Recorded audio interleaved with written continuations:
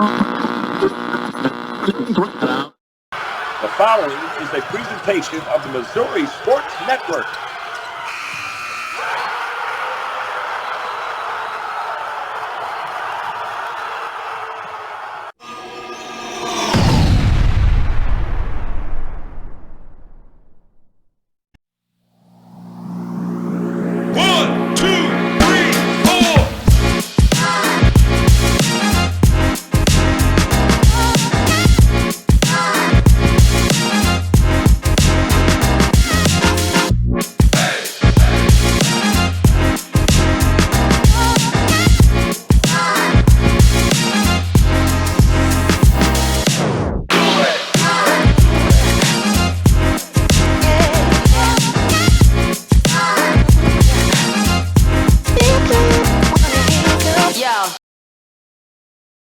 It is the three finest looking fellas on this screen. That's all I can say about that.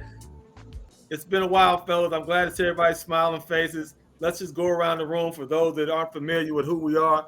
I'm Johnny Mack, the love goddess. That's Guy, the big fella Newcomb, and that's the coach Darren Archer. Fellas, how you doing? Hey, I don't know about you guys, but it has been wet here, but it's cooled off finally. It was hotter than Hades for about 6 weeks and no rain, but now it's a lot of rain and cool temperatures, and I'm doing well because I can cook outside again. DA, that's right up your alley, right? Yes, sir. I've had the smoker rolling for a few days now and enjoying the cooler weather and just looking forward to getting geared up for another fall sports season. Fall sports consist of a lot of sports, and most people kind of equate that to high school football. But God, let our audience know exactly all the student athletes in our local high schools and around the state that are going to be partaking in athletics this fall. Well, you've got high school football. Obviously, you've got men's soccer is a fall season sport. You also have volleyball is a fall season sport. You've got women's golf, men's tennis, cross country, which is men and women. You've got fall softball. In some cases, in the larger schools, a lot of them, maybe I shouldn't say a lot, but about a fourth of the schools play softball in the spring, but most of them play in the fall. So there's a lot of action going around. And of course, junior high sports have started, as well. And a lot of junior high basketball at the smaller school level, they'll play in the fall because they've got coaches that do the same. They do junior high and high school. Ain't that right, DA? Yes, sir. I think I know of a couple. Well, fall also synonymous with postseason baseball, and I can tell you who won't be playing, and that's them St. Louis Cardinals. It's been a disappointing year. Oliver Marmol has tried to keep the troops up, the attitude up, but it just seems like they're just playing flat, uninspired baseball, and I just don't understand it, Guy. What are your thoughts on the Cardinals? And we need to figure out how we can get Adam Wainwright to 200 victories and kind of do that in a legitimate way. But there are other ways also. But, Guy, what are your thoughts about the Cardinals? Well, right now, they're pitching in the bullpen is just terrible. And they made some trades. They got rid of Montgomery. They got rid of Flaherty, who they can get back, but they're going to lose them anyway. And Hicks.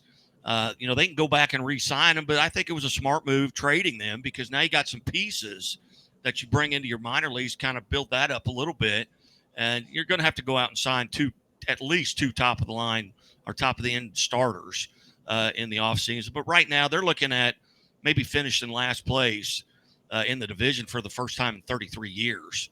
2.5 games behind the Pirates right now as we sit. That's an embarrassment. To be that far out. They finished under 500 last time in 2007, which was right after a World Series win, in the 2006 World Series. But with regards to Adam Wainwright, he's been up and down, and he's old. It's not anything against him. I mean, it's just, and I'm old. I mean, I never thought all these old people were going to be my age, but they are. And Wainwright's in that same situation, and he's still got to get 199 and 200, and I know that's been a goal of his over the last several starts. He's had the bullpen drop a couple of those where he had to lead when he came out. As far as how do you get him that win, those two went out in the eighth inning in a tie game, or maybe you run up and you give up a run and then you end up getting the win. Or maybe you come in at 4 2/3 in the books and a big lead and try and get a couple in. There's ways to go about it. I'm not sure our Marmol being, a newer guy to the situation would do that. And I'm not sure Wainwright would do it that way. Although I can see him maybe at the back end, maybe in the 8th or 9th inning going in a tie game, because he came into the league as a closer. So that's not a stretch for him to be in that situation and hoping that the Cardinals can get that win. But I'd like to see him get to 200. DA, what are your thoughts on the Cardinals a little bit? And if you could hit on the Royals too, because they've been playing good baseball. Yeah, they sure have. As far as the Cardinals are concerned, I don't think anybody saw this coming. But yet here we are. We talked about this off air. Johnny, you were panicking back in mid-May, and I said, be patient. It'll work itself out. But it really never did. And, I think part of the reason why Wainwright came back was because at that point in time, the Cardinals were going to be sellers. So I think it was out of necessity that he come back. But I also think he came back this season to get 2 wins. I think he's had, win number 200 circled on his to-do list, especially for this year. So it is something unexpected. I think this offseason is probably going to be the most important offseason of the front office in a very long time for the Cardinals. They're going to have to go out. They're going to have to sign some pitching. You can throw the Cardinal way out right now. They're going to have to go buy people. And especially like what Guy said in the bullpen with starters. And they need a good, solid foundation with arms. And they don't have that right now. So as far as Kansas City is concerned, the young guys are starting to get it together and play a little bit. They're winning some series. Josh Greinke just went on the IL, so his career is probably over. And Guy, we talked about this off the air. Is he a first ballot Hall of Famer? What do you guys think? Well, Zach Greinke is. I don't know what the hell. I'm sorry.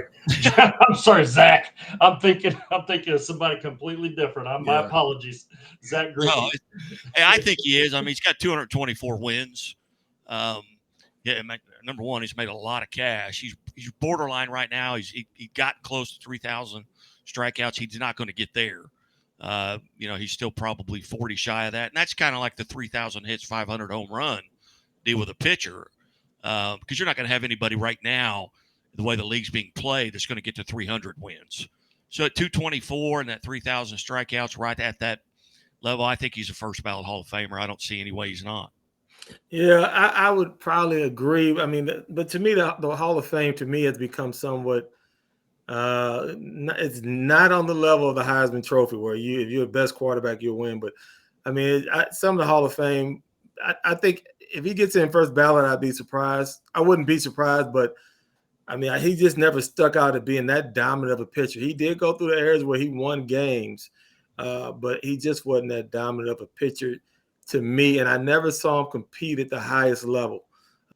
What his playoff record is, but that's a whole other thing. He put up numbers, and if numbers what it takes, then his numbers are going to play with some of the people that are already in the Hall. Hey, that's segment number 1.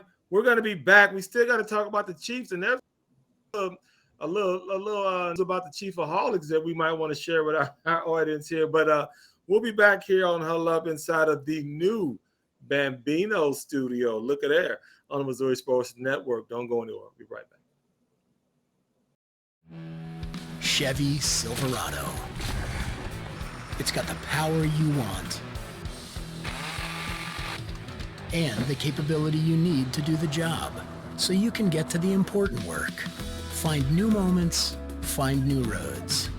Get a $500 cash allowance on all 2022 Silverado pickups with a 2.7-liter turbo engine. Plus, unlock your code to claim $500 Chevy Cybercash. Visit ChevyCybercash.com today. Welcome back, everyone. That was segment 1. Now, got to talk a little bit about high school sports and what's going to be happening. A little bit about the Cardinals and the Royals. Those are our favorites. Kind of talk about baseball season is going to start winding down. We figured out we talked about who might be in the playoffs a little bit. We'll bring that up because right now I want to get into the Kansas City Chiefs. And how they will not ever be in a Super Bowl again. I'm just going to put that out there right now. The Chiefs will not win another Super Bowl. There are 13 playoff games they have played, and all 13 have been at home. Sooner or later, someone's going to figure this riddle out. The NFL works like that. You get about a 2 to 3 year window where you're pretty hot, and then everyone starts saying, "Oh, that's what they're doing."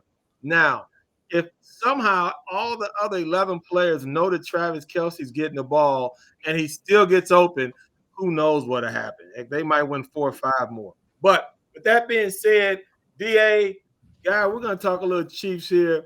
Guy, you have a lot of interesting things about the Chiefs, and you know a lot about the contracts. So we're gonna finish up with you, DA. Let's jump on your bandwagon right now and see what you think the Chiefs are going to do and how they're going to fare in this upcoming season. I think they're going to be right back in the Super Bowl. Oh my goodness! And they're going to have 2 more home games by winning the West and having the best record in the AFC. I mean, you ask, I'm telling.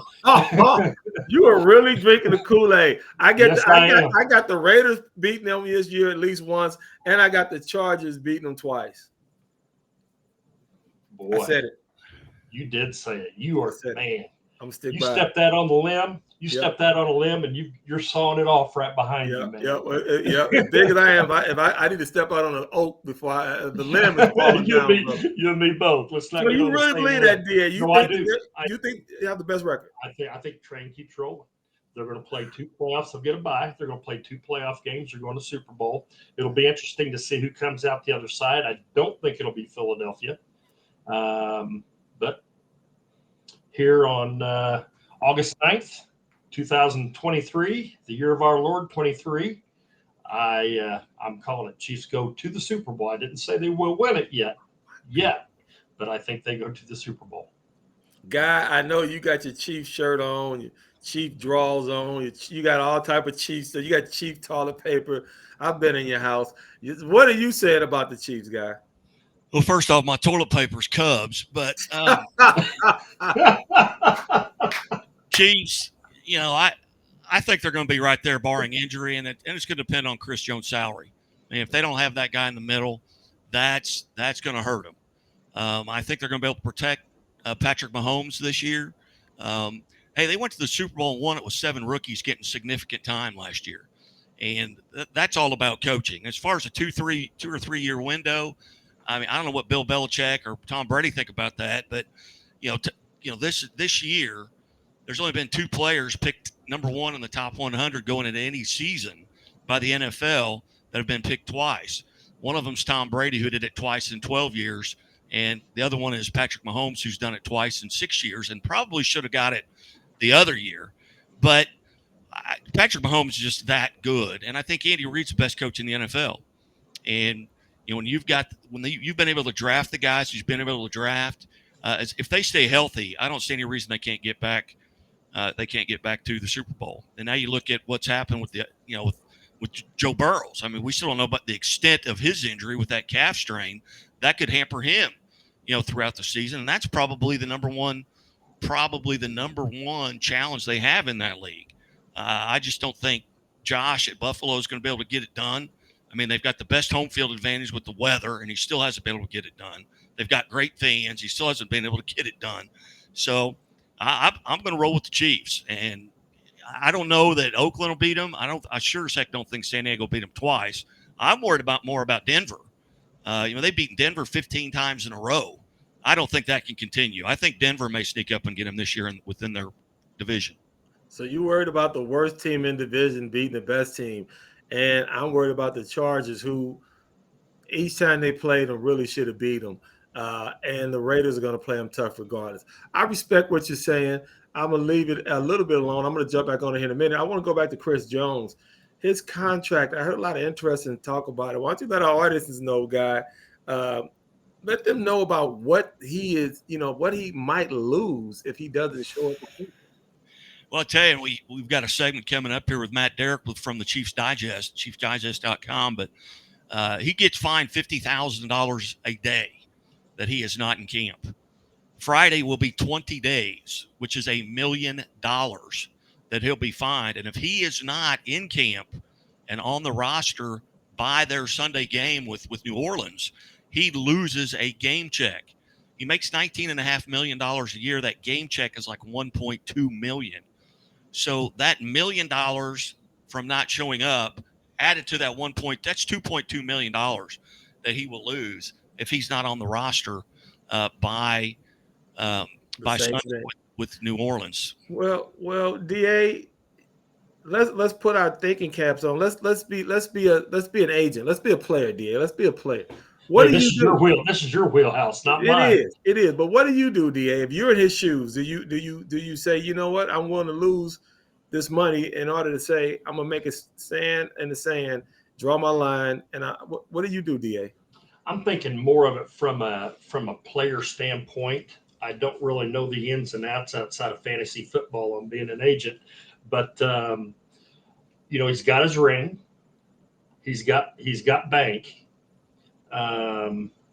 Is his value, or what he thinks his value is, worth holding out and losing money for? Now, obviously, you've got, from a player standpoint, you got to think about your earning time is limited, and you are one shot to the knee or what have you from being done. Yeah. And there's just a lot to think about. So I'm going to return the question to you. I didn't really answer it, but I'll return that to you from an agent standpoint. Sure. How are you going to advise him to move forward in this process? Well, being a former agent, first of all these guys are grown men. They have families that they kind of turn to in these moments. But you lay out all scenarios. You just lay out all the scenarios. Here's what's going to happen if you don't come. You understand that. What are you willing to lose? How far are you willing to take this? He said, I'm willing to take this to the first game of the year. Okay, here's what you're going to lose. Okay, now that means, I don't know the structure of his contract, but that means, there's escalators and things that have to be met, how good a shape he's in. You just lay everything out so that there's not a scenario that he's not familiar with when it happens. What about we go in 2 weeks from now? We play it. You can play it coy and say, I'm gonna go in and I'm gonna do the old Jonathan, what he's doing in Indianapolis. Yes. Taylor saying, I got a calf strain. You know what I mean? And I'm just not gonna practice. I'm tired of losing that $50K a day. So somewhere along the line, his wife or somebody gonna wake him up in the middle of the night. You go, we just lost another $50,000, and he's gonna start saying, oh yeah, 50s. Them 50s start adding up. So from an agent, and having been an agent, you just give him all the scenarios. Here it is. And I'm with you. I can go back and talk to him, and we're working on something, blah, blah, blah. And it's up to him. Ultimately, it's up to him. We all know that. But with that being said, I really do understand the game of football like everyone does to a certain extent. I just think teams are going to catch up to him. And the rookies maybe had a good year. Things got the rolling last year. Patrick, he did not play a good Super Bowl. If you ask me, he got outplayed. Hurts just loses the football. A guy scoops it up, runs 7, gets a touchdown. They get a pass interference call that's questionable, and they win the Super Bowl. That's teams catching up. That's what that's called right there. That's teams catching up. And so we'll see what happens. But I want to talk to our audience tell our audience what happened to this Chiefaholics guy. I don't know what happened. I know he got arrested. Anyone here, tell me what happened, guy. I know you know. Well, they tracked him down, and I believe he was in Oklahoma when they caught him. He was still in Oklahoma, which I don't know what the heck he was doing there. That's where he robbed the most banks. But they tracked him down there. They've got him. They're not letting go. I mean, he was the FBI's number one on the number one wanted list on the FBI list in Kansas City. They found him. He's not getting out of jail for a long time. Now he obviously robbing a bank. He's going to go to prison for a while, but he never hurt anybody, never shot anybody. So it may be 20, 25 years before he gets out. Now, whether or not he'll be able to cash in those checks or those tickets, those gambling tickets, because he won some serious money. But he was using the bank money that he was robbing to make those bets. So just crazy stuff, but it could only happen in Missouri. DA, your guy got caught, man. What are your thoughts on it? Well, we owe somebody a Missouri Sports Network hat. Whoever We owe busted somebody him. a hat. Yes, we do owe somebody a hat. I do know that. But what a crazy story! It's been fun following it. Been interesting. I shouldn't say fun, but interesting following that story. Yeah. We're gonna have to find another good one to keep it going. I guarantee you. It's gonna take a big one to top that. Yeah, I don't know if you can top that one, but I do know a couple things before we end the segment. I know the MSU Bears open up at KU here in about 3 weeks. That's going to be interesting to see how that works. And then, the Netflix series Quarterbacks. I don't know if you've had a chance to watch that, if you have or haven't. But then Johnny Manziel's documentary came out, I believe, Tuesday, and I started watching it. Very interesting documentary. I'm probably about a fourth of the way through.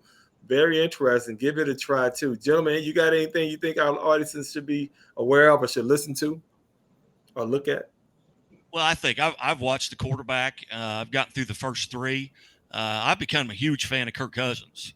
I think that he looked good in that, his family time. And I'll tell you something else. Patrick Mahomes came out pretty well, and I didn't like the language.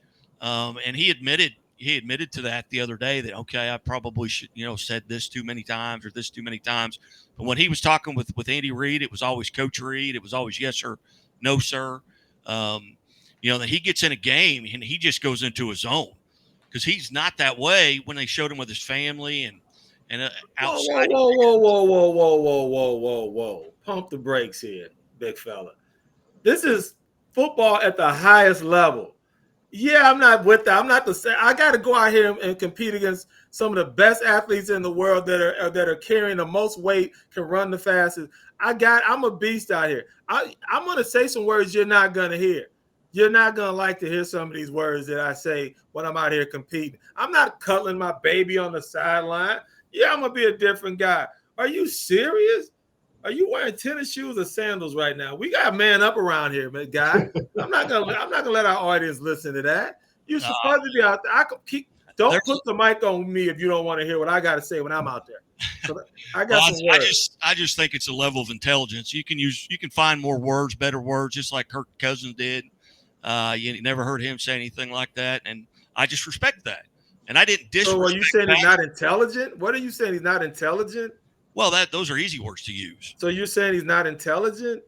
I said they're easy words to use. You said there's levels of intelligence. Is that what you said? Yeah, I think there are more intelligent words to say. So if you curse, you're unintelligent? Are there more intelligent words to say? When I don't care.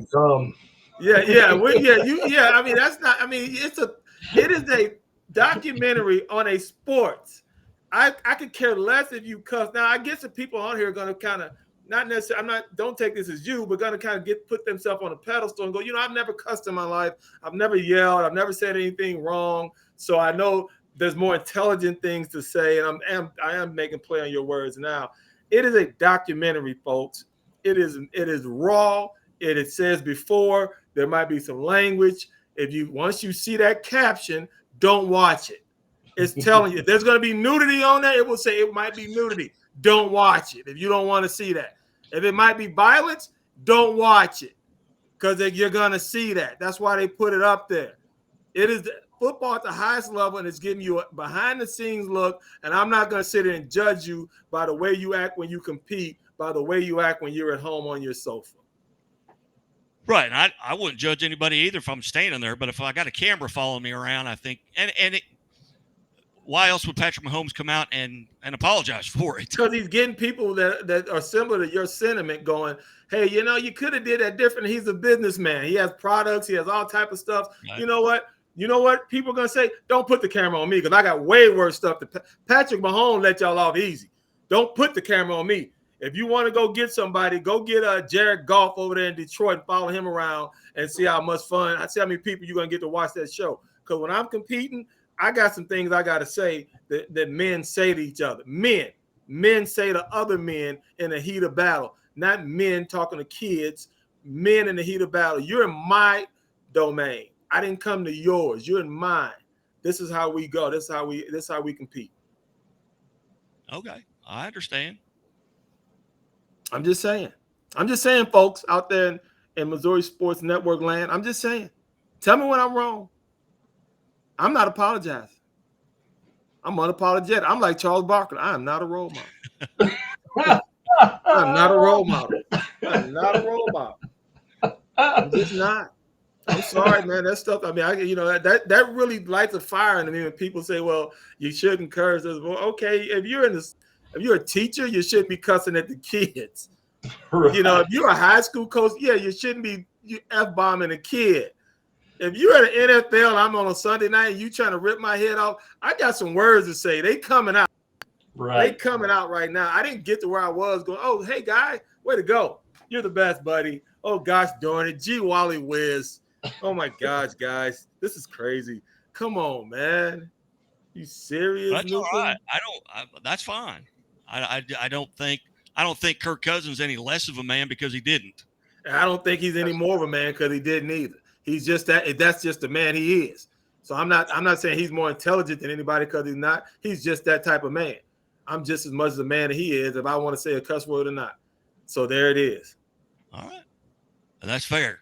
That is very fair. Hey, we're gonna end it on that one before I start cussing at everybody and start saying all kind of words I can't say on this dang on show. Gosh darn it, guys. You guys are the best. I love you guys.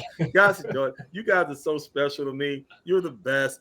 Guys, gentlemen, you're on Huddle Up. We're listening to Huddle Up here in the Bambinos. God, don't you love it? Bambinos, the Bambino studio on this great network on the Missouri Sports Network. Gee whiz, Wally. We'll be right back with Guy, the coach, DA, and your boy, Johnny Mack. All right. Thanks for listening. We believe banking should make your life greater. It starts with affordable options to meet today's needs and tomorrow's dreams. From smart account options that fit your style to flexible loans for what comes next.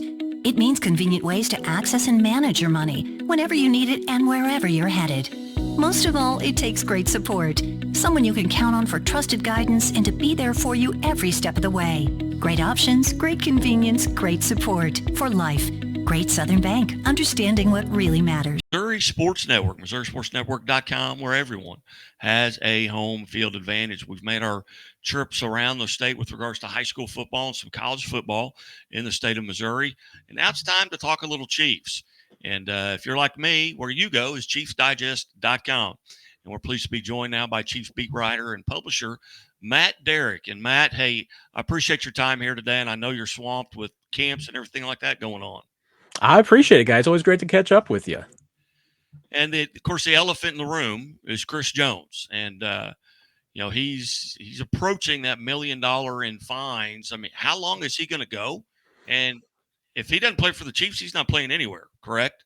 Yeah, he's under contract for the Chiefs for 2023, and he's got a base salary of $19.5 million. So starting on Sunday, if he has not reported to the Chiefs, at that point, the fines go from a $50,000 a day to he's going to lose a game check. So, 1/18 of his salary is going to be gone on Sunday if he doesn't report before they play the Saints rather. And so, yeah, I mean, that's going to be a little over $1 million coming out of his pocket. And when it's going to end, I talked to General Manager Brett Veach earlier today. He's still cautiously optimistic that they're going to get something done. He reiterated that they want to get a long-term deal with Chris Dunn, that was their number one priority this entire offseason. A big part of it was just waiting for the market to set. And when Quinnen Williams with the Jets signed his contract a couple of weeks ago, you know where the market is. Now it's just a matter of getting on the same page. And when Quinnen Williams is the second highest paid defensive tackle, making $24 million a year, and the guy right in front of him, Aaron Donald, is making $31.7 million a year, there's a $7.7 million gap in there that Chris Jones is going to fit into. And that's just been a really enormous gap for both these sides to get over. Maybe Chris just wanted to avoid training camp and not have to go to St. Joe in the heat. We will see, but you're getting to a point now where you got to have some concerns about getting Chris in so that he can get up to football game shape ready, because that's not something that just takes a week time. I mean, you need more time to get up to speed. And Chris Jones is in shape; he's been working out, but being in shape and football shape are not the same thing. Right. It's not like doing push-ups and sit-ups in your driveway that we have seen, decades Exactly. ago. Not going to get you in that game shape. As you look and paying attention to what's going on in camp, and obviously today with some of the weather up there today, they were inside. But kind of what's been your impression at this point of camp with as far as the wide receivers? And I know Edwards-Helaire was out yesterday, but that was just kind of a flu thing. Just kind of your overall impressions and how healthy are they right now as they're starting to wrap it up? Yeah, this team has really been fortunate with injuries. The only significant injury that they've suffered has really been Najee Johnson, the cornerback, who was unfortunately looking great. He was having what looked like a great start to his second campaign. Injured his knee towards ACL in the indoor facility, so he's out for the season. Other than that, Kadarius Toney had the knee surgery for some torn meniscus that he had in the first day of camp. Jody Fortson's been dealing with a dislocated shoulder. There's a lot of optimism for Toney that he's going to be ready by week 1, and if that's the case, then, I mean, that's best case scenario. But this team looks good. I mean, it's particularly the offense with all of the new receivers that they're working in and the young guys there. I think there's a lot of reasons to be optimistic about Sky Moore. Another guy I talked to was Brett Veach earlier today, and he says it's a night and day difference for Sky Moore compared to his rookie season, and you can see that on the practice fields. This offense is looking good, and Sky has absolutely been a big piece of that. He's going to be a starter along with Marquez Valdez-Scantling. Toney will be a starter when he's healthy. Right now, Justin Watson's been getting a lot of those reps, but the young guys like Rashee Rice is the one I'm most interested in seeing, especially in these preseason games. He's a big target. He seems to catch everything that goes his way.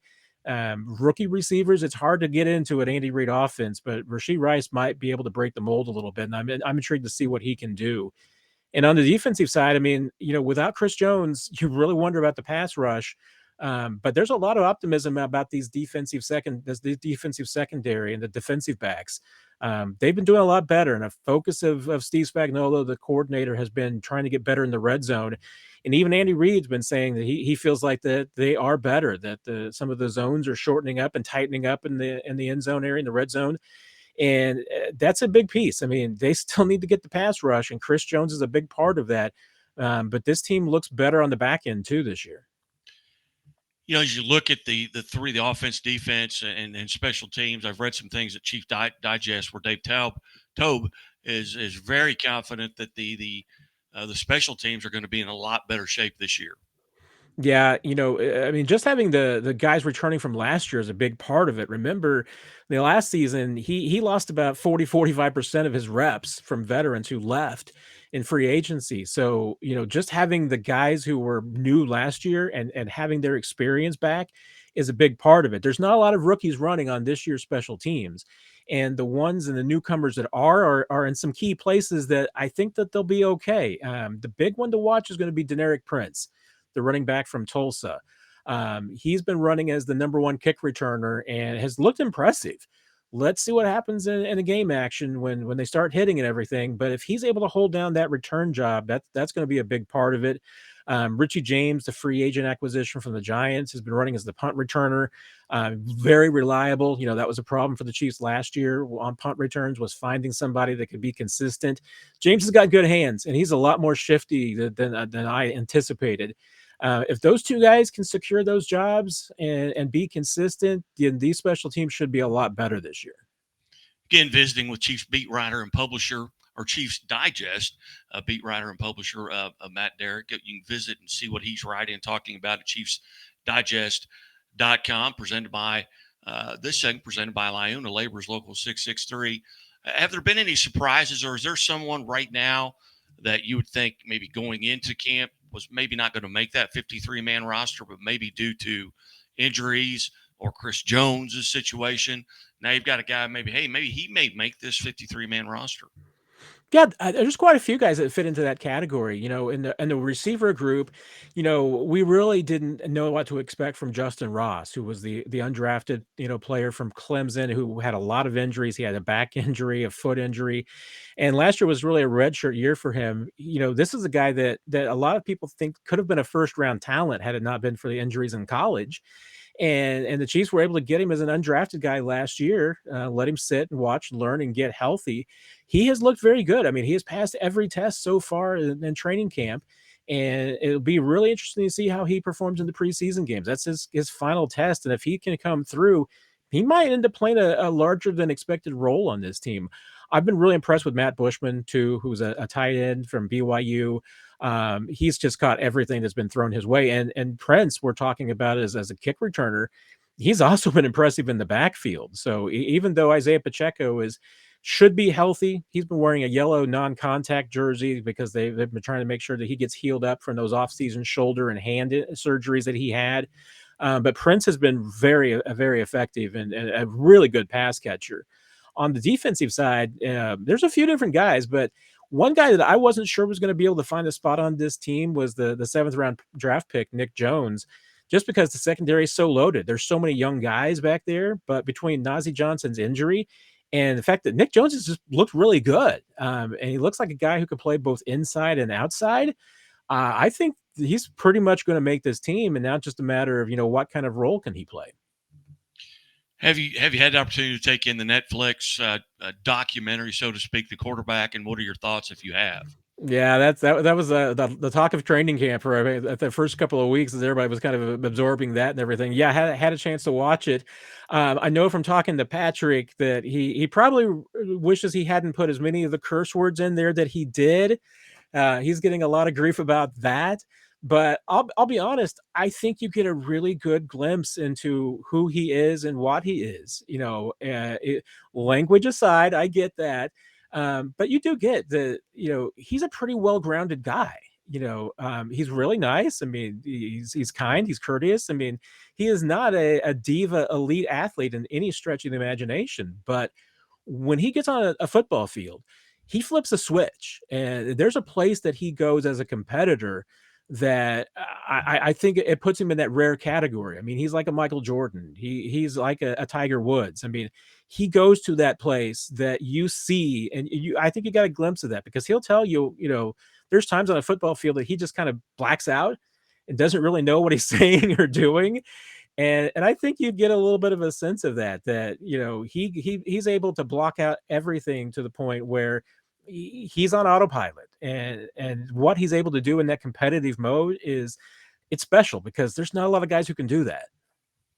I saw a couple of times where Andy Reid had to reel him back in, during that documentary, and the fact that he always said, yes, sir, no, sir, yes, sir, Coach Reid. He never referred to him as Andy. So I was a fan of him going in. Again, I could do without the language as well, but I tell you, I really became a fan of Kirk Cousins. Yeah. And we had Jason Romano, who had spent 15 years at ESPN, who is very close to Kirk Cousins, and he was telling us on a show we did the other day that doesn't even scratch the surface with his belief, systems and things that they didn't. A lot of that was not put in there, but I thought overall it was well done. I enjoyed it, and now you're seeing things of Patrick Mahomes throwing back behind the back passes up at St. Joe. I mean, is he just trying to come up with things that people are going to have to plan for or scheme for? I think some of it, I imagine. I have no doubt. I think he would love to throw a behind the back pass in a game. It's just about whether or not Andy Reid might kill him if he does. I don't know if that would go over well again with the opponent. They might, there might be a cheap shot after that. But there's no doubt. I mean, one, it's really impressive just what he can do with a football. He's able to make throws. It was one of the first days in camp. He made a throw into the end zone, and it looked like there was just absolutely no way that he could complete that pass. It was just the guy wasn't open. And he basically just essentially threw what I'd almost call like a slider. I mean, it was just he threw it as hard as he could, yet somehow it just dropped into the back of the end zone where only the receiver could catch it. And what he's able to do with the football in his hand is it's impressive. And I mean, yes, he can throw accurately, left-handed, right-handed, underhanded, sidearm, behind the back. It is crazy what he can do. Outside of Travis Kelce and Patrick Mahomes, who is maybe the third most important or key player on this roster? Yeah, I think we've talked about him, which is Chris Jones. I mean, that's just how important that guy is to this defense, and you can see it. Even though when you're playing against yourself, it's not the same. You're not playing at the full speed of a game and the intensity, and there's no tackling to the ground in training camp. But Chris Jones is important to that defense. I mean, especially in the middle, having that push, having him be the guy that, and even some of the offensive linemen have talked about the fact they're missing, going up against Chris Jones because he's one of the best at his position. Having him there makes other guys better. And he makes this team better. What this team is able to do defensively, especially going after the quarterback, it all involves Chris Jones. So that to me, you can tell watching this team, even on a practice field, you can tell that they miss Chris Jones. So that's the guy that you really want to make sure that this contract gets done and gets there soon, because I think you'll see on Sunday, when Chris Jones isn't out there, there's a noticeable difference. So what have you got coming up here at ChiefsDigest.com here before, obviously, you're going to focus on the New Orleans game, preseason game, anything else in the works at ChiefsDigest.com? Yeah, I'm working on right now and finalizing my next roster projection about who I think will be making the 53. A few guys to watch who you want to watch in the preseason games who could be making some roster bids. As I mentioned, I talked to Brett Veach earlier today, so there'll be some pieces with Brett and his philosophy on a couple of things, and especially looking at some of their other potential free agents. Not only Chris Jones, as far as getting his new contract extension done, but L'Jarius Sneed, Willie Gay, Tommy Townsend are going to be free agents after this season. And most importantly, that 2021 draft class, you can start signing them to extensions in January after the regular season ends. And there's some big guys. I mean, Creed Humphrey, Nick Bolton, Trey Smith. These are all guys that the Chiefs want to keep. And I talked to Brett a little bit about that. So you'll be able to find that at Chiefs Digest. You bet. Again, Matt, hey, I greatly appreciate you taking time. I know hopefully we'll get an opportunity here throughout the season, maybe once or twice a month, to kind of revisit some things and talk about games. And but I always love your work, love reading what you guys are doing there at Chiefs Digest. Well, you can take me out of Springfield, guy, and you'll never take the Springfield out of me. So anytime I get to talk to folks back home and in the Ozarks, I'm always there. You bet. Thank you so much. Chiefs beat writer, publisher at ChiefsDigest.com, Matt Derrick. Back to Huddle Up with Johnny Mack and DA. That's some good stuff.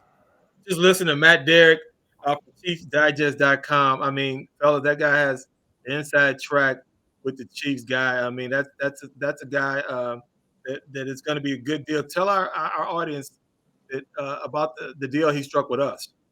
Yeah, he's going to come on a couple times, maybe bi-weekly throughout the season. Just kind of offer his insight. We'll get that recorded and let everybody know about that. He's a great resource. He's a Springfield Public Schools graduate. Went up to Kansas City. He's a diehard Chiefs fan. Started Chiefs Digest on his own. Now he's got a lot of folks working for him. He's the lead writer, the publisher, and the editor. But a lot of great stories at ChiefsDigest.com. But Matt has he's graciously agreed to come on probably every other week with us during the football season. Yeah, the inside information he has, DA, about those contracts and everything, that's going to be good stuff this year. Absolutely. And having somebody that's right there in the thick of things is going to be great for our listeners. Absolutely. Also, I think, Guy, I want you to kind of end the segment here. Tell us about some other personalities we might get a chance to hear from. Our audience might get a chance to hear from this season as well. As long as an update, also give us an update on Art Haynes also. Well, Art Haynes, first off, he has or he's going to be able to do the Chiefs broadcast. He does the pregame, the halftime report, and the postgame. They've actually set him up a tie line in the facility where he is recovering right now. And so he's going to do that. He's also going to be doing all the Bears football, all the home games for Bears football. And we are about a month away from him being 1 year being stricken down with this, going back to, I believe, September 11th of last year at the Arkansas football game. And he's been recovering. He's getting better. His concerns right now are just, and he's still sharp as a tack. and his voice, it's Art Haynes. But the breathing part of it, he struggles with a little bit. He may get winded, trying to do the football play-by-play for the Bears. That might be a little bit tougher for him, and he's got some concerns there. But the post game and halftime stuff for the Chiefs are just little 4 or 5 minute deals. So he's looking forward to that. I know everybody in Chiefs Kingdom is excited for him to come back, and we're looking forward to that. And he may join us maybe once a month and kind of with the Chiefs update and maybe a little Royals and a little Bears football update from Art. Danon Hughes, we've also reached out to him, and he's going to be a part of it as well. And he is the color person on the national Chiefs radio show and actually played for the Chiefs. And one of the few guys, he was also a professional baseball player, played for the Milwaukee Brewers. He does a lot of Big Ten football, Missouri Valley Conference football. So looking forward to Danon Hughes being part of it as well. Hey, the Missouri Sports Network, we are growing. Tell your friends, tell your family members, tell everyone to get the F over here and look at our station, right? And tell them to get on here. Get on here and take a look. Hey, gentlemen, good segment, good show. Just glad to be back in the saddle. Once again, everyone, check us out Wednesdays, Thursdays. Make sure we'll definitely be out by Thursdays. Make sure you have it.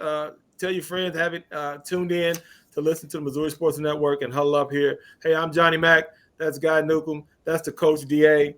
And damn it, we're out of here. All right, everyone, have a good week.